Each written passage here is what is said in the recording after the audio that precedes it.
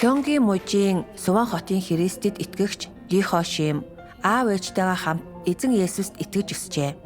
Тэр цуглаанд итгэвчтэй оролцож, номлол сонсож, сайн мэдээ түгээж, ингэснээр эзний өрөөлийг хүртэж Тэнгэрийн хаанчлалд орно гэж боддог байв. 2019 онд Ли Хошим эцсийн өдрүүд дэх Бурхны сайн мэдээг сонсож, төгс үчид Бурхны үгийг уншиж эхэлжээ. Хэд хэдэн цуглааны дараа би эзэн эргэн ирсэн гэх мэдээг сонссон. Бас төгс үчид Бурхны бичлэн илэрхийлсэн үннийг агуулсан номыг хүлээж авсан. Би догтлол хүлээлт дүүрэн сэтгэлээр Бурхны үгийн тэр номыг нээсэн юм. Төгс үчид Бурхан ингэж хэлсэн байдаг. Бүх хүн шаналл зовлон донд намайг ирж хайж, шалгалт дунд над руу хардаг.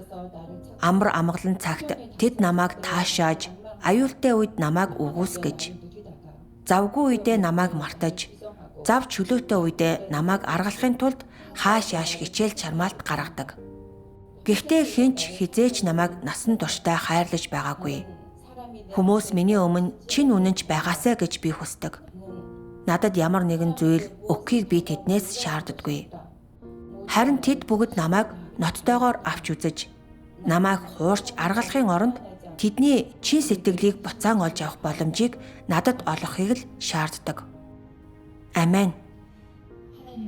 Бурхны үг хоёр талдаа эртээ хурц илт мэт зүрх сэтгэлийг минь нэвт хатгсан.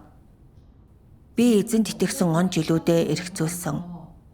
Ажил төрөл бүтэмжтэй байх үед би Бурханд талархаж, түүнд үргэлж ойртно гэж шийддэг байсан. Гэхдээ ажил ихтэй үедээ тэгэх гэж огт чармаадаггүй байлаа. Харин ч би ажилдаа улаарч өөр юу ч хийж чадхааргүй завгүй байсан.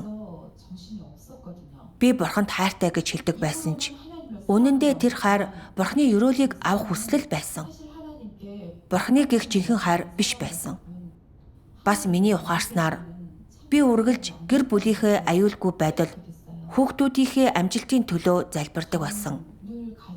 Миний итгэл Бурхныг чин сэтгэлээсээ дагахын төлөө биш, харин өрөөл олж авахын төлөө байжээ.